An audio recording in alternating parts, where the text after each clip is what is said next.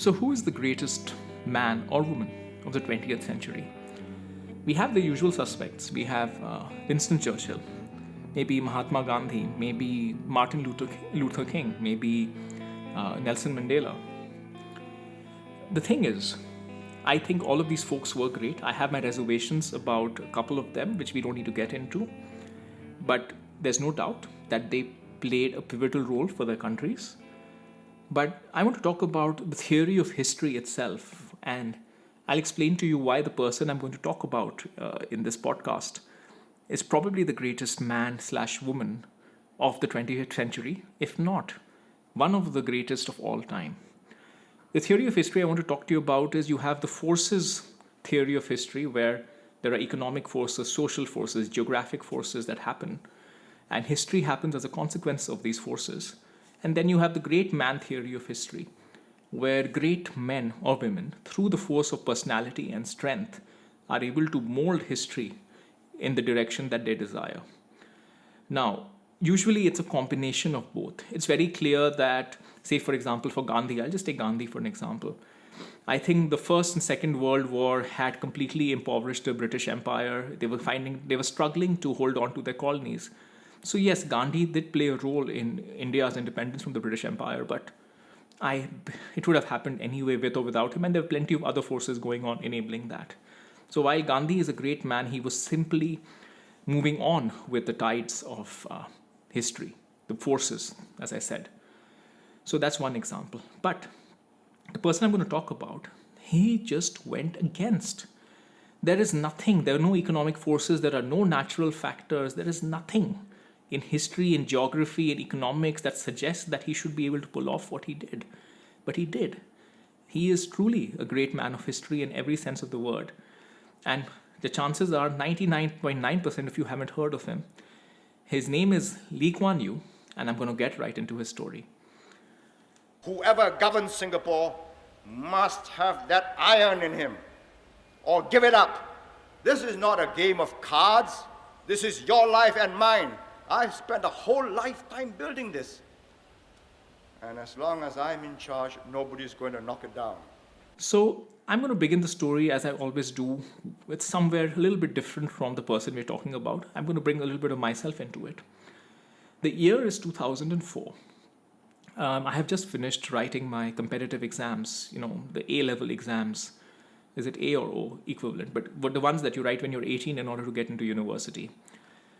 I'm growing up in India. I'm writing my exams in Bangalore. So I'm going to go to an Indian college. That is the plan. Then in my school, which is one of the best schools in Bangalore, best as in most academically inclined, that's what we consider best in India, comes a university trying to attract some bright students. They are the National University of Singapore. At that point in time, I have no idea. I have some idea. I used to do something called quizzing. Quizzing is big in India, where you answer trivia, general knowledge questions.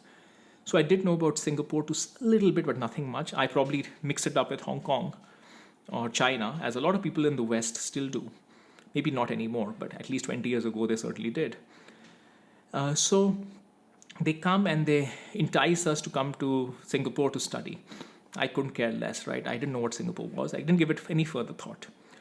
A few months later, when I finished writing all my exams, I did not get into the university I desired. But I did get into the Singapore University, not into National University of Singapore, but I got into another one called Nanyang Technological University, also in Singapore. So I decided to go. I went to Singapore. It was a little bit unbelievable, the contrast to India, how clean it was, how efficient it was. I did not entirely appreciate it until actually 4 years later. 4 years later, when I was looking for a job, I graduated just before the financial crisis of 2008. An American company called Procter & Gamble gave me a job, but they said, we have a hiring freeze, so we can't hire you. So I applied and I got a job in the Singapore government, in the Singapore Economic Development Board. Again, I did not know much about any of these organizations. It's just that I need a job. Turns out the Singapore Economic Development Board was one of the elite, is one of the elite organizations of the Singapore government. And I was shocked. I was shocked at the competence. I was shocked at the quality of the people around me. I was shocked at the results they achieved. So I joined September 7th, 2008, if I remember correctly. September 11th or September 12th, around that time, Lehman Brothers collapses and AIG collapses as well. Within a month, the world is in a deep financial crisis. It's quite a crazy period. I'm observing it here. The Singapore government or the Singapore Economic Development Board, they spring into action. What they want to make sure is that, number one, there are no job losses in Singapore as much as they can help it because of this financial crisis. Number two, the cohort of graduates who are coming out next year, graduating 2009, they should have some sort of fallback because which company is going to hire in the financial crisis? So they cook up a scheme where the Singapore government helps support the hiring. They pay a portion of the salary to the companies who are hiring locals, which is Singaporeans and PRs. And then we, the young officers of the Singapore Economic Development Board, are then tasked to go and sell this scheme and convince all the companies, please don't fire any of your people. We'll support you in this particular fashion. All of this happens in a month or two. This is my first experience of work, by the way. Quite interesting, right? So this is a very small anecdote. What I wanted to say is that later I would leave the Singapore Economic Development Board because I wanted to be a car designer. So I thought I had to be a marketer. So I joined Procter & Gamble, great marketing company. I would leave the Singapore Economic Development Board. But what would stay with me was how efficient and ruthlessly effective the organization was. And when I joined the so-called one of the top American companies in the world, Fortune 500, been around for 175 years, it was a pale shadow in terms of efficiency and effectiveness compared to what I was used to. So that's the anecdote that I want to give of my own personal experience.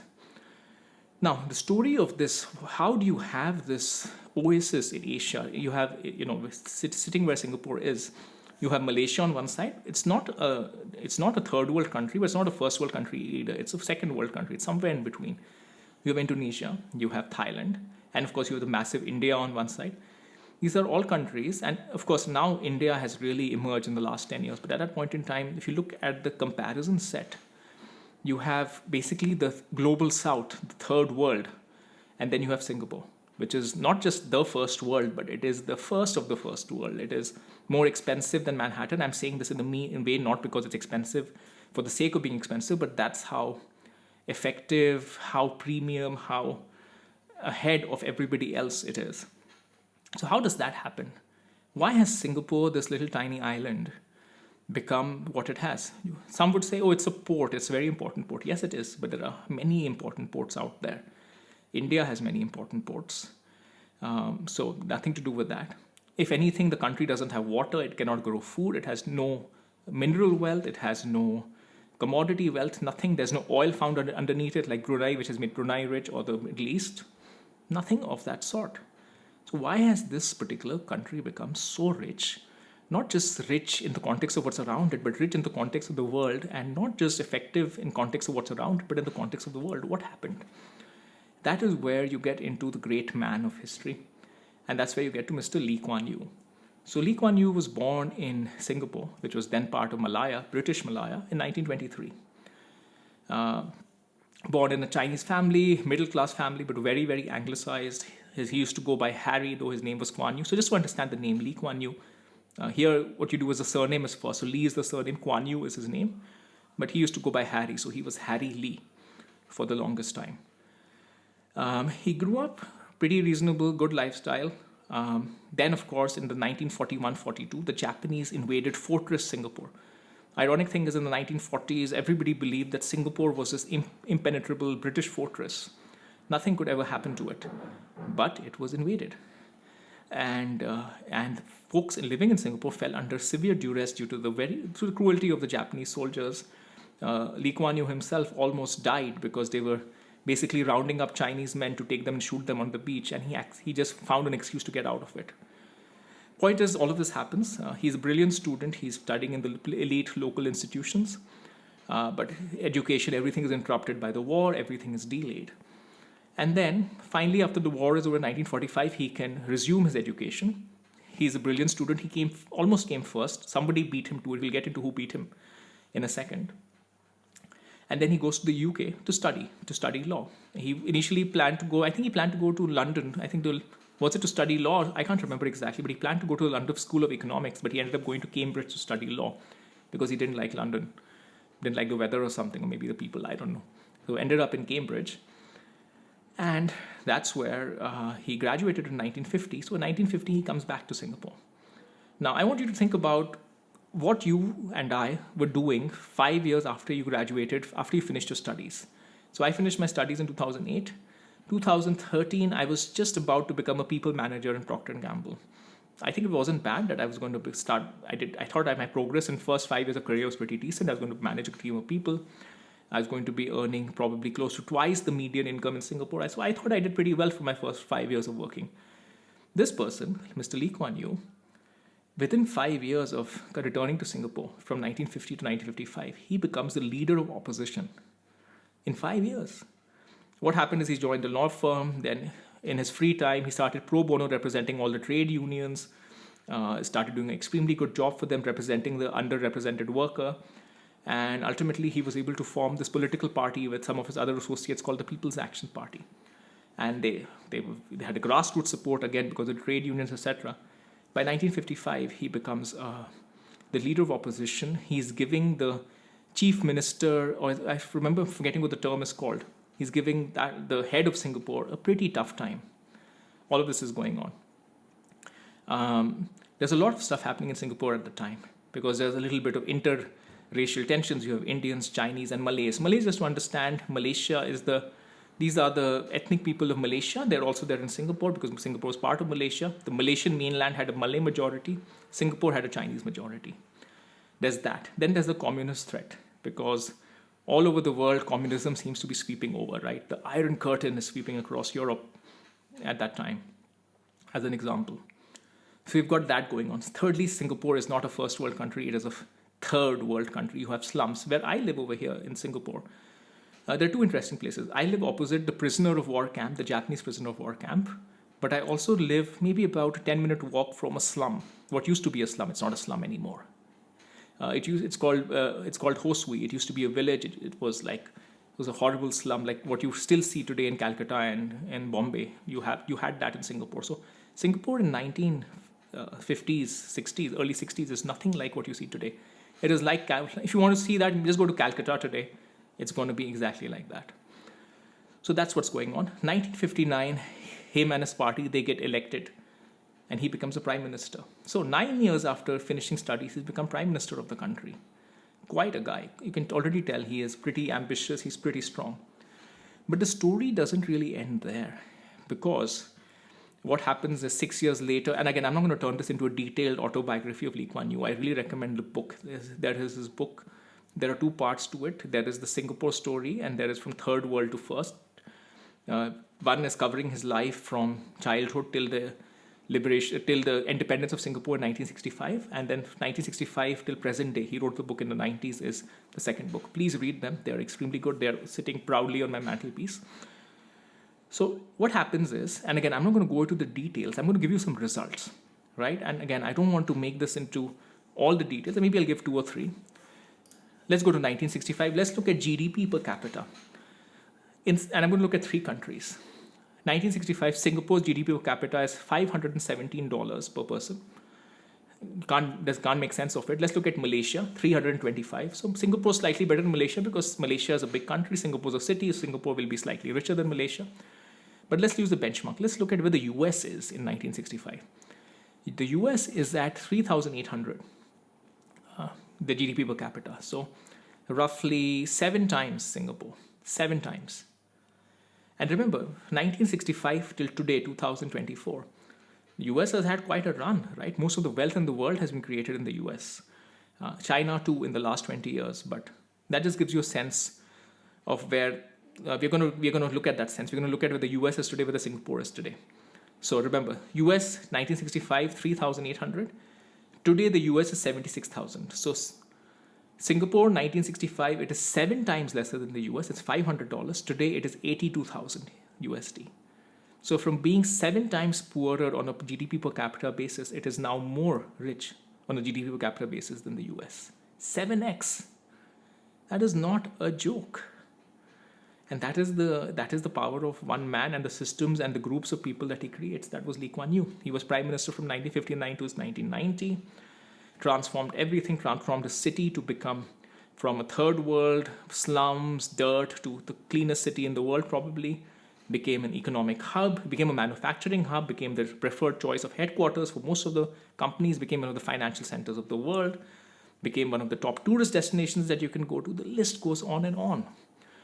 And the point is, none of this should have happened because Singapore has nothing.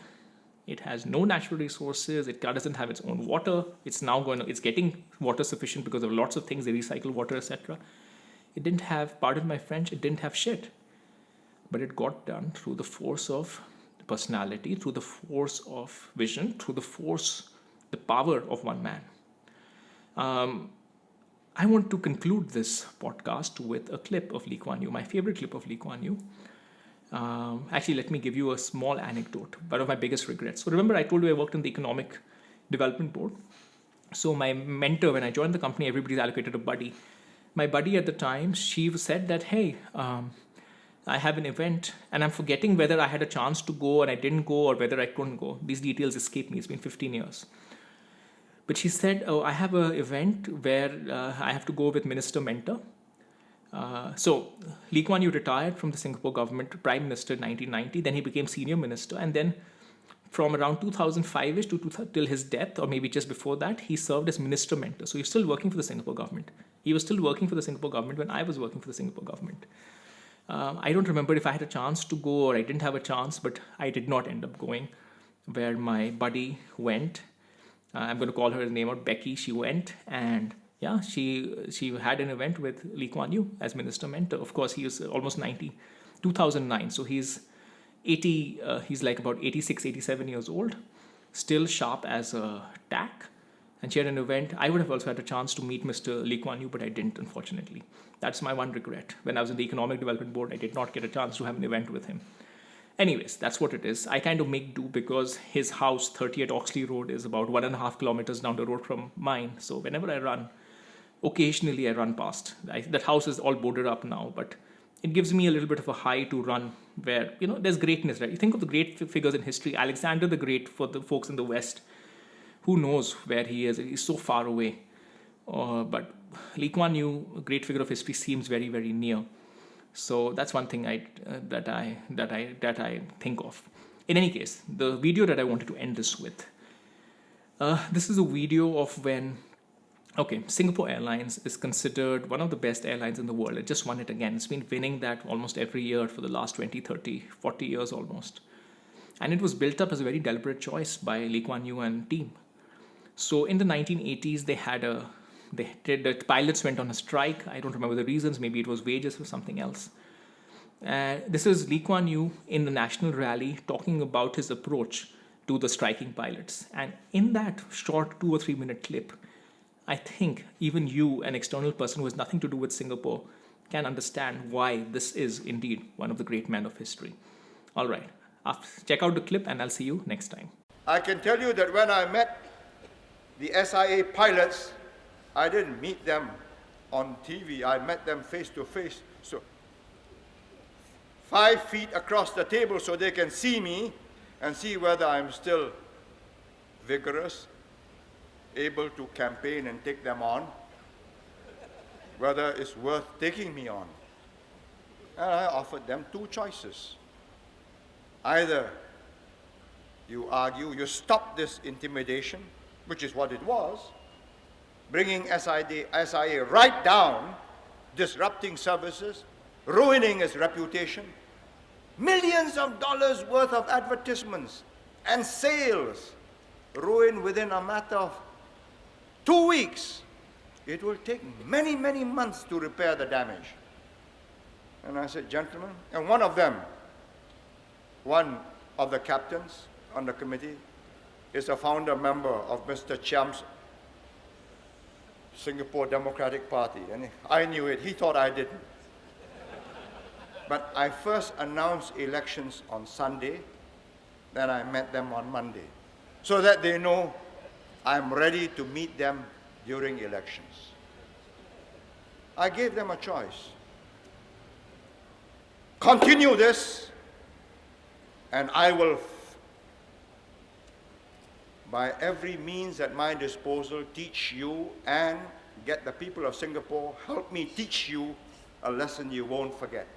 And I'm prepared to start all over again. Or stop it. Get back to work, restore discipline, then argue your case. Took them 65 minutes. They did as much talking as I did, a lot of them in answer to my questions. And they decided, okay, it isn't worth the fight. Why? Because they know they lose. They know that I'm prepared to ground the airline. They know that I can get the airline going again without them. And let there be no mistakes about this. Whoever governs Singapore must have that iron in him, or give it up.